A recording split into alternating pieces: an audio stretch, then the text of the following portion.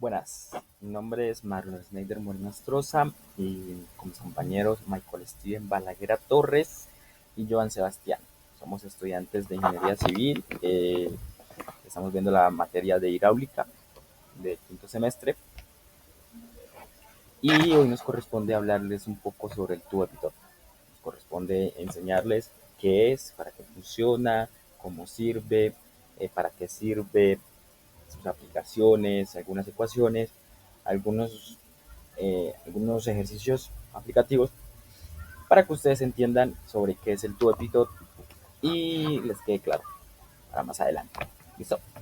Entonces, aquí comenzamos ya. Aquí va a su mano derecha. Tiene una retrospectiva del tubo epitop, más o menos. Se llama manómetro y tiene pues, precisiones estáticas y velocidades. ¿Listo? Comenzamos sobre qué es el tubo epitop. ¿Listo? Como lo dice la imagen, es un dispositivo que mide la velocidad de un fluido midiendo la presión total y la presión estática del flujo. Se basa en la ecuación de Bernoulli. Como se dice, el tubo epitop mide caudales, pero en sí mide la velocidad para hallar la caudal. Ya más adelante vamos a hablar sobre eso, pero eso solo hacemos mediante ecuaciones. ¿Listo? Por eso ahí pronuncia la ecuación de Bernoulli. Entonces, más adelante vamos a hablar sobre esas ecuaciones. ¿Listo? ¿Para qué sirve el tubo epitop? Es muy fundamental porque se dirán, no, pero ¿qué es? Pero entonces, ¿para qué sirve? Fácil. Sirve para medir, como dice ahí, para medir la velocidad del flujo de un fluido, aire o agua, ya sea cualquiera de esos dos. Sirve para evaluar el rendimiento aerodinámico de aviones. Sirve para medir el caudal en ductos, canales o sistemas hidráulicos. Como le decía, la idea es medir el caudal de algún flujo, ya sea, pongamos del flujo del agua, entonces mediante ríos, entonces sirve para medir el caudal, o sea, cuánta agua pasa por allá sea por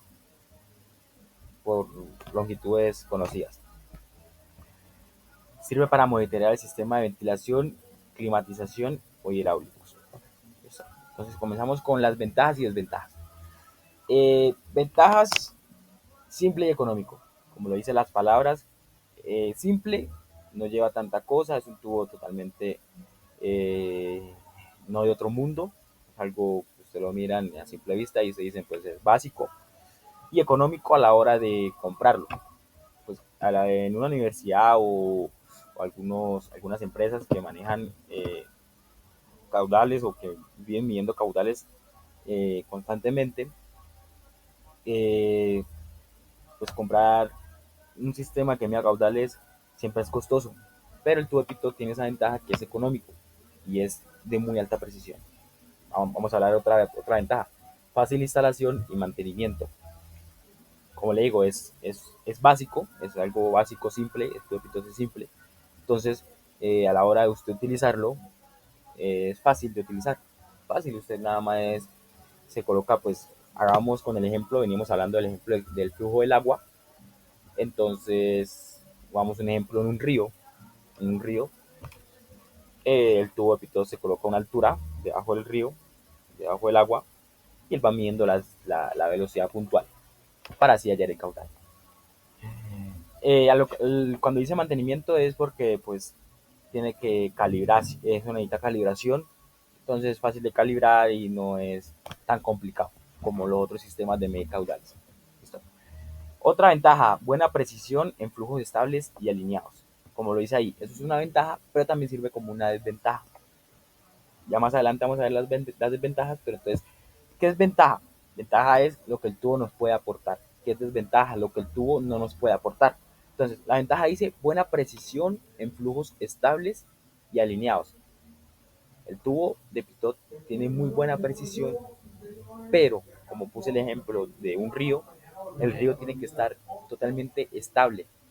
No puede, el tubo no puede, el agua o el río no puede tener turbulencias, o sea, olas, o no puede tener corrientes extremas, porque eso se nos sale el rango de precisión en el tubo de pitot. Entonces, por eso, como lo dice ahí, tiene que tener O sea, tiene muy buena precisión, pero en ríos que son calmados. En ríos que son así calmaditos, usted no mira nada de olas ni nada de corrientes y maneja muy buena precisión así.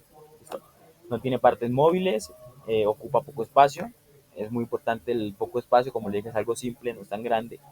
Pues a la hora de transportarlo no necesitamos maquinaria ni nada, sino ya sea en algún tipo de vehículo de transporte se puede transportar. Siempre con el cuidado pues, que se le debe tener. Útil para amplio rango de velocidades. Cuando las velocidades en el río, como estamos en el ejemplo, siempre vamos a hablar, estamos hablando del ejemplo de un río, ¿listo? Porque el flujo, el fluido es agua, ¿listo? Entonces, rango de velocidades, entonces cuando un río tiene altas velocidades, pero no corrientes, ni olas, ¿no? Sino es estable, pero maneja el agua siempre, maneja altas velocidades y se puede manejar a una alta precisión. Pero, pero, cuando las velocidades son bajas, o sea, cuando no es un río, sino es un lago, o sea, que el agua no corre, sino que está estancado ahí, entonces las precisiones son muy bajas. Precisiones son muy bajas, entonces no sirve de nada. Entonces, siempre tener en cuenta eso a la hora de medir las velocidades para hallar el caudal en tu épica. ¿Listo? Desventajas. Sensibles a errores por mala alineación con el fluido. A la hora de calibrar el tubo epitop toca tenerlo muy en cuenta a la hora de calibrar y a la hora de la instalación. Como le decía, este es el río, ¿no? Todo el pitot va debajo, pero a una altura conocida, a una altura que uno le tiene que dar para que los sensores y maneje una buena precisión. Entonces no se puede no se puede ni más abajo ni más arriba. Tiene que estar a la altura recomendada y a la altura que uno haya. ¿Listo? No recomendado para flujos turbulentos o pulsantes. Lo que veníamos hablando, que cuando hay olas o cuando hay corrientes, mucha corriente, el agua es turbulenta, no, el tubo pitot no nos sirve para medir la velocidad puntual y para así poder hallar el caudal, no nos sirve. Nos tocaría buscar otro sistema hidráulico, el cual nos ayude a calcular el caudal, pero con el tubo pitot no se puede. Entonces, lo más recomendado es siempre que el agua esté estable, pero que esté corriendo, que esté moviéndose. No puede ser en un lago, como le digo, ni en un tanque de agua. Bueno, puede ser en un tanque de agua, pero que el agua entre y salga. Pero no puede ser en un tanque de agua sellado, porque el agua está quieta, entonces no puede. Necesita corrección por temperatura, densidad, si se usa para caudal, bueno, eso es algo complicado, entonces por eso es una desventaja. Puede obstruirse con partículas si el fluido no es limpio. En un río a veces debajo del agua hay elementos contaminantes. También hay elementos como árboles, ramas y eso, el cual puede disparsar o puede no manejar una buena precisión con esos elementos dentro del agua. Entonces toca tener cuidado que a la hora de uno evaluar la velocidad en una longitud determinada, por favor siempre estar siempre estar limpio por debajo de la superficie, estar limpio, o si no está limpio, pues limpiarlo, que no haya ningún obstáculo por ahí. No mide caudal directamente, solo velocidad puntual. Eso es una desventaja, pero mediante ecuaciones la podemos volver una ventaja, porque pues hallamos la velocidad puntual y mediante ecuaciones podemos hallarle el caudal muy fácilmente. ¿Listo? Entonces esto es lo que yo pues venía a hablar del tubo de Pitot. Más adelante mis compañeros le van a hablar un poco más a profundización sobre aplicaciones, sobre historia y pues espero les sirva. Bueno, buenas tardes. El día de hoy voy a explicar los tipos de tubos de Python. Estos instrumentos son utilizados para medir la velocidad de un flujo, especialmente en aplicaciones como la hidráulica. El primero de todos es el tubo de Python simple. Este tiene un solo orificio en la parte frontal que se coloca en dirección al flujo. En la imagen podemos ver que la dirección del flujo es para donde nos marcan las flechitas. Lo que hace es medir la presión total del fluido para poder calcular la velocidad. Necesitamos también medir la presión estática con otro instrumento aparte, el cual es un tubo piezométrico. El segundo tubo es el más utilizado y es el más común. Tiene un orificio frontal igual al simple, pero también tiene orificios laterales. Esto le permite medir tanto la presión total como la presión estática, y con eso se puede calcular directamente la velocidad del flujo usando la fórmula de Bernoulli. Por último tenemos el tubo de Pitot combinado o múltiple, que es el más avanzado. Este cuenta con varios orificios ubicados a lo largo del tubo. Sirve para medir la distribución de velocidades en diferentes puntos del flujo, lo cual es útil en estudios más detallados, como en túneles de viento o en laboratorios.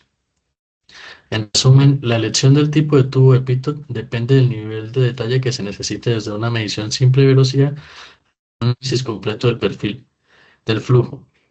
Básicamente, de lo que carezcamos, ya sea detallada ese tubo, ya sea, ya sea el estático o ya sea el múltiple. Aplicaciones del tubo Pitot. En la aerodinámica se mide la velocidad del aire en aviones, parte del sistema de instrumentos de vuelo junto con el altímetro y el bariómetro. En la hidráulica e hidrología se mide más que todo la velocidad de ríos, canales y flujos en las tuberías. Se usa en ensayos de laboratorio hidráulico, que esta perfectamente la podríamos hacer un laboratorio en esta materia. Túneles de viento. Se usa para estudiar perfiles de velocidades alrededor de maquetas, ya sean autos, edificios o alas. Y por último tenemos instrumentos y control. Estas instrumentaciones y control parte de un sistema de medición caudal volumétrico o masivo, cuando se combinan con sensores de presiones y temperaturas.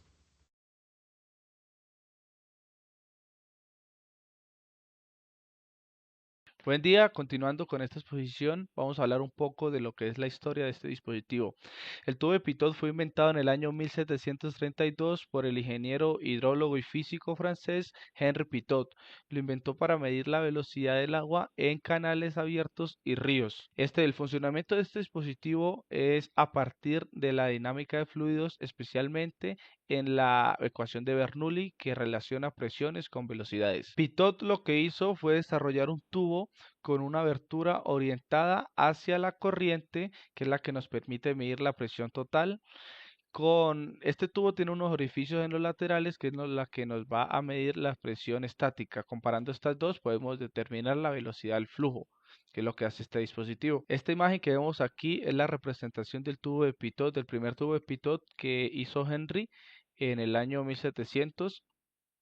Esta imagen la sacamos de ChatGPT, le dijimos que nos hiciera como una representación del tubo Pitot en aquella época, porque más adelante en el siglo XIX, más exactamente en el año 1858, el ingeniero Henry Darce mejoró este diseño, haciéndolo más preciso y más fácil de instalar en tuberías. Y con el tiempo, este tubo fue diseñado o se adaptó para la aeronáutica, para hallar la velocidad del aire en un vuelo, también en la ingeniería civil, ingeniería industrial, pero esas son como aplicaciones que más adelante mi compañero lo dirá. ¿Cómo funciona? Este dispositivo tiene dos orificios. El principal está orientado contra la corriente, que es la que nos va a ayudar a medir la presión total.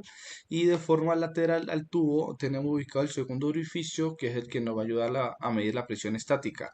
Comparando estas dos presiones, podemos hallar la velocidad del fluido con esta ecuación que tenemos acá. Esta ecuación la derivamos de la ecuación de Bernoulli, la cual nos dice que la presión 1 más un medio de la densidad por la velocidad 1 al cuadrado más la densidad por la gravedad por la altura 1 es igual a la presión 2 más un medio por la velocidad 2 al cuadrado por la densidad más la densidad por la gravedad por la altura 2. Por la altura 2. Como tenemos el tubo, lo tenemos ubicado de forma horizontal. Tenemos el primer orificio aquí que está en contra de la corriente y el segundo lo vendríamos teniendo de forma lateral. Entonces, como estamos, los dos orificios están horizontalmente, vamos a hacer un eje aquí, un eje de referencia.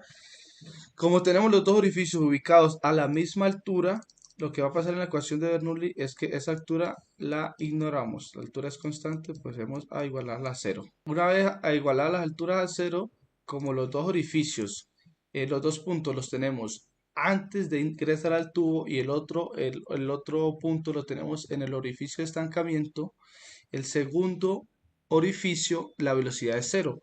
Entonces, como la velocidad es cero en el segundo orificio, esta ecuación viene siendo 0, por lo que tenemos que presión 1 más 1/2 de la densidad por la velocidad 1 al cuadrado es igual a presión 2, que es lo que nos queda del otro lado de la ecuación.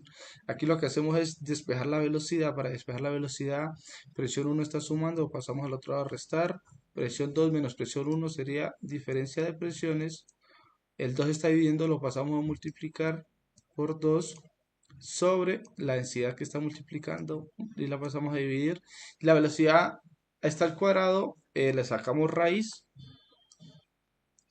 y nos quedaría que la velocidad es igual a la raíz de 2 por la diferencia de presiones sobre la densidad, que es la ecuación que tenemos acá, que es la que nos sirve para calcular la velocidad del fluido en el tubo de Pitón. Para el ejercicio práctico que tenemos aquí, nos dice, en un túnel de viento se desea medir la velocidad del flujo de aire mediante un tubo de pitot. El tubo está conectado a un manómetro en U con agua como líquido manométrico. Durante la prueba se observa una diferencia de nivel de 6 centímetros entre columnas del manómetro. Calcula la diferencia de presión y la velocidad del aire en el túnel.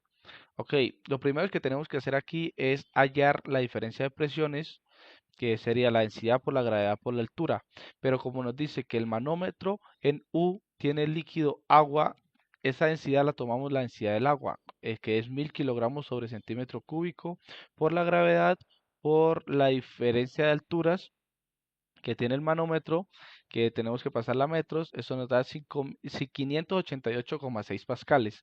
Una vez hallada la diferencia de presiones, podemos reemplazar en la fórmula de velocidad del pitot que tenemos acá, que sería la raíz de 2 por la diferencia de presiones que nos dio 588 sobre la densidad. Esta densidad es la densidad del aire, que nos dice que nos pide medir la velocidad del flujo de aire. Entonces usamos la densidad del aire y nos da como resultado 31,32 metros sobre segundo la velocidad. Y así sería fácil el ejercicio, solo aplicando las dos fórmulas.